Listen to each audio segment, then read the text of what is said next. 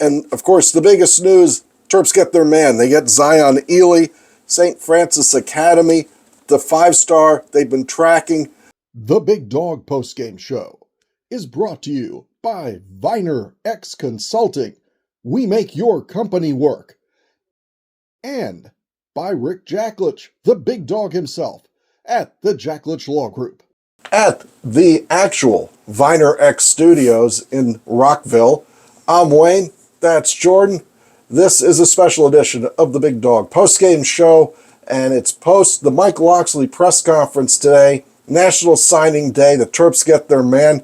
Jordan, for the most part, Mike sounded happy, but he sounded more relieved. You heard most of it. Did anything stand out? I mean, I think every college football fan, or just college sports fan at this point, every time this press conference has happened since the NIL era started in 2021, everybody talks about how different it is now. You know, signing day used to be this big thing of, it still kind of is, but you saw a lot of flips, you saw a lot of anticipation, like, oh, are they going to change last minute? But at this point, Locke's kind of indirectly said it, the deal's already done.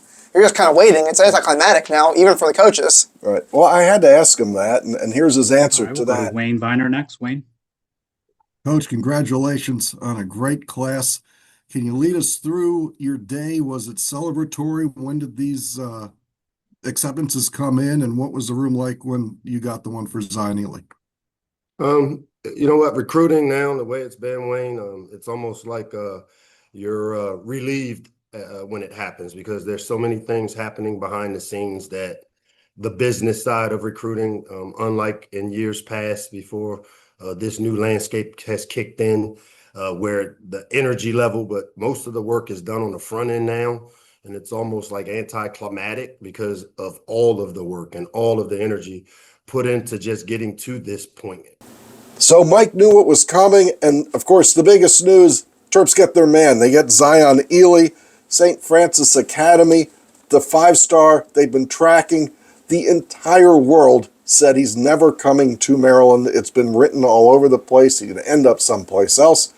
What did you make of the South Carolina and Auburn and everybody else trying to get Zion to go there? And did you think he was going to end up at Maryland? Honestly, I had my doubts. I think a lot of people did, especially with how early he committed in the process. And I think a lot of Maryland fans are going to disagree with this take, but I don't blame South Carolina or Auburn, or I heard Texas got in there at the end, for trying to flip him. He's an obvious flip candidate. Maryland's not exactly a place for these guys to go. I mean, to that point, he's the highest rated commit in program history. But he did come, and he seemed pretty intent in coming here the entire process. I mean, even when Maryland was getting, I think it was drubbed by Indiana, he was in attendance for that game, and he was tweeting from the game, and I remember sitting there like, man, if I'm this kid, I gotta be reconsidering at this point, because this is horrible. But he never seemed to waver. He seemed to be a Terp all the way through, and I gotta give him credit for that. Oh, to me, it's a dream come true.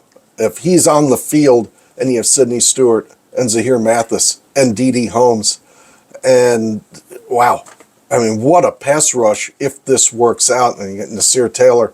You've got dudes, and I have kept writing, you need more than one guy. But you give me 5 edge rushers like that. Oh my goodness. What a difference that can make. And that doesn't mean you're going to win every game. But when somebody does get a turf toe or get ejected from the Washington game because of targeting, and the next guy up is Zion Ely. Oh my goodness. And Locks did say that he's seen him play running back. I've seen him play tight end. And this is a guy that plays all over the place, and I wouldn't be surprised if you didn't see him on a few offensive plays at the goal line because of his size and his jumping ability. This guy, #1 player Maryland's ever gotten. And I'm not saying Randy White walked in the door. It's a different era. And I know if he's great, he's not going to be here forever. But congratulations to Mike Locksley and probably to every Maryland fan out there that's still watching, because depending on what list you're looking at, the #1 player in America is a Maryland Terrapin on the football team. The #1 basketball recruit for what was projected 2027, Baba, he's a Maryland Terrapin. Right now on the basketball court, Darius Adams is one of the top players Maryland's ever gotten, star rating-wise. And then they bring in an Olympic champion for the track team. Just, wow. You could tell me there's not enough money. You can tell me the fan base, you can give me every excuse in the world, but for some reason, these kids are showing up in College Park. So congratulations to the entire athletic department.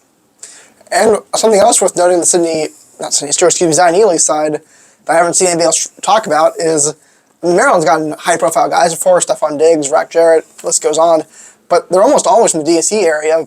Zion Ely, I believe, is the only major recruit from the Baltimore area on the football field I can at least think of at the moment. We'll be back after this brief message from Viener X here at the Viener X Studios. Since 1991, Viener X has made your company work. From technology planning to project execution, Viener X turns IT into a growth engine. Viener X, enterprise technology, human first.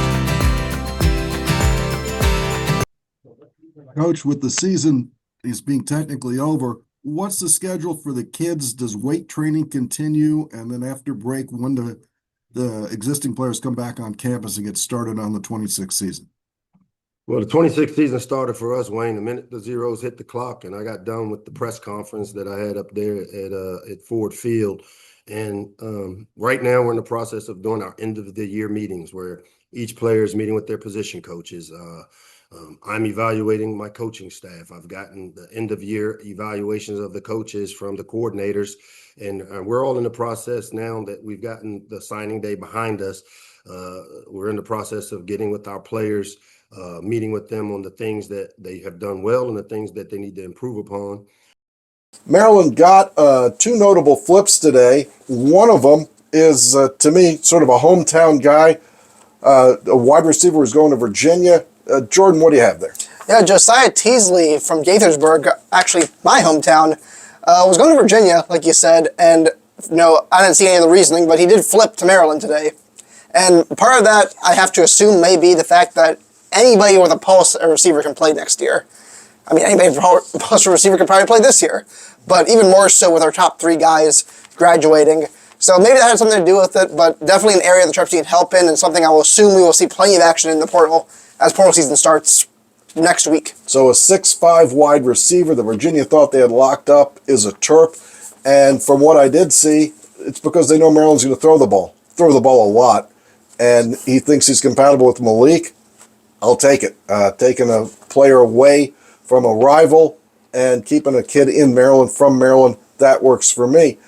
Don't really know where and how long it's going to take to get an offensive lineman ready, but Dejon Moore from Oak Cliff, Texas, committed to Maryland, stays with Maryland. He's a 4-star recruit, number 17 guard in the nation nationally.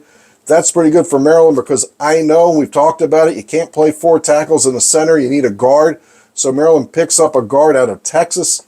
Bit odd for a recruit, but once again, I'll take it. It's somebody, if he can play at this level, he can play next year. Well, Wayne, one of the oddities of this class, very DMV-centric as all Roxas classes have been, but they pulled from another hotbed of Ohio. That would be Jamarcus Weiss from Dayton, a Purdue flip on the last possible hour here. Yeah. Wayne, I know you've heard some good things about him. Well, you're looking at a defensive lineman. He's projected to be able to play a lot of the positions. And Maryland's gotten that, where you have a guy who can play tackle or end, knowing that they have these great defensive ends or rush ends. I think the guy's going to play in tackle. Statistically, he's the number 17 player in the state of Ohio, which is pretty good. And according to our notes provided by Maryland, number 31 defensive lineman in the country. So that's a big add, an area of need. And as Jordan has said, and Mesa said on the podcast, everybody said they're going to need some defensive tackles out of the portal.